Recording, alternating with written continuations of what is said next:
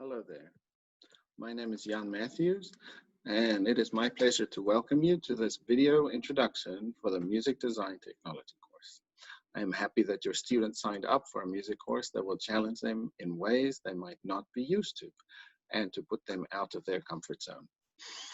Working in a creative field is a risky and vulnerable undertaking, and I look forward to seeing these students challenge themselves and to learn more about music production, beat making, and technology. If you will give me 1 second, I'm going to share my screen with you so we can work through a slide presentation.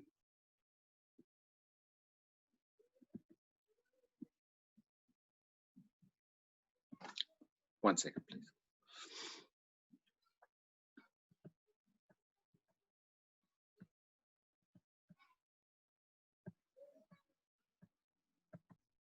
Now we're ready. So, a little bit about myself. At LT, I teach orchestra. I direct the symphony and sinfonietta groups. I teach beginning and intermediate guitar, and it's my 3rd year teaching music design. I teach 2 extracurriculars. There's a South Campus Chamber Orchestra and a fiddle club and North Campus Chamber.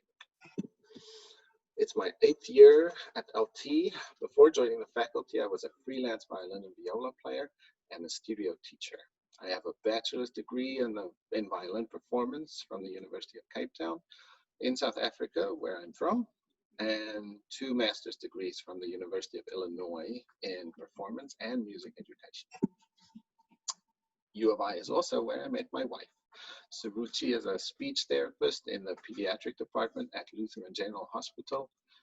Our 2 girls in the middle, Annika is 6 and just started 1st grade, and Eva is about to turn 3, and she is our resident Disney princess. Our course objectives. Students who take music design often have a very sophisticated taste and knowledge of music without knowing how to create music by themselves.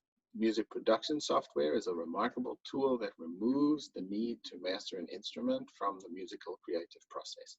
The goal of this course is to introduce students to music production software and to teach them the basic elements of beat production. Course tools.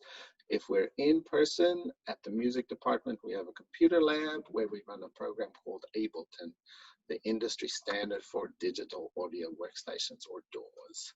While we're learning remotely, the program is too big to fit on most computers, so we rely on a cloud-based program called BandLab, which is proving to be quite powerful. Grading for the course will complete roughly 9 big projects, each of which will count as a summative grade. There's no final exam.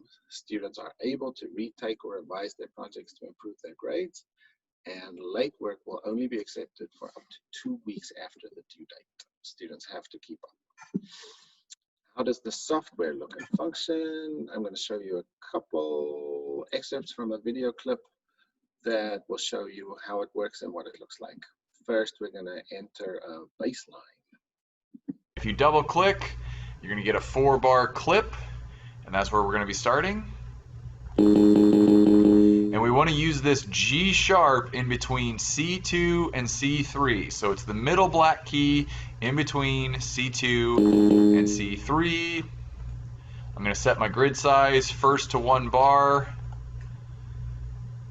Then I'm going to go to F sharp, G sharp, change my grid size down to the half, E, D sharp.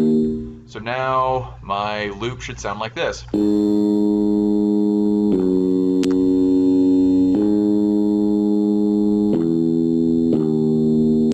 So that's a little too. All right, now I'm going to skip ahead to the end of the drum track, which tends to be the most complicated.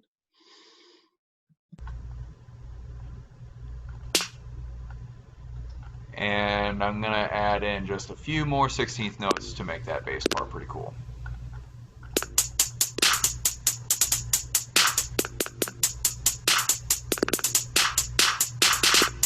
I want this farther forward.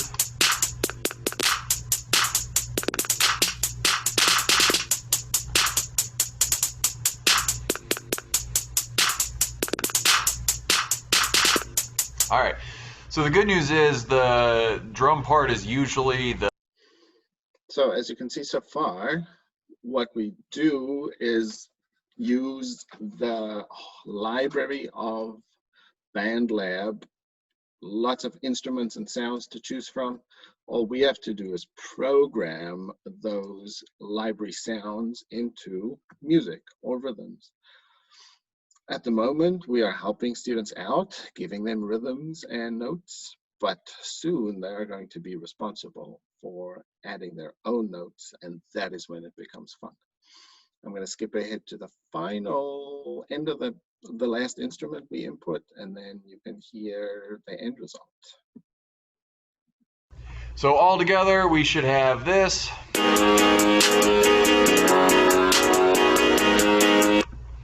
Not ideal yet. So I'm going to lower my guitar sound to about 6 or 7, -7 dB. I'm going to lower my piano sound to -6. Also for my guitar, I'm going to go to the effects tab, set an air phaser, and now it's going to sound a little more trippy.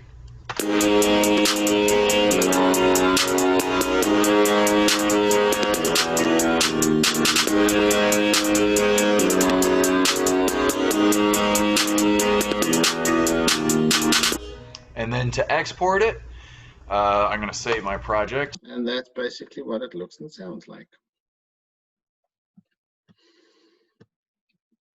I don't keep regular office hours, but I am available by appointment. If you need to discuss anything, please send me an email and we will be in touch.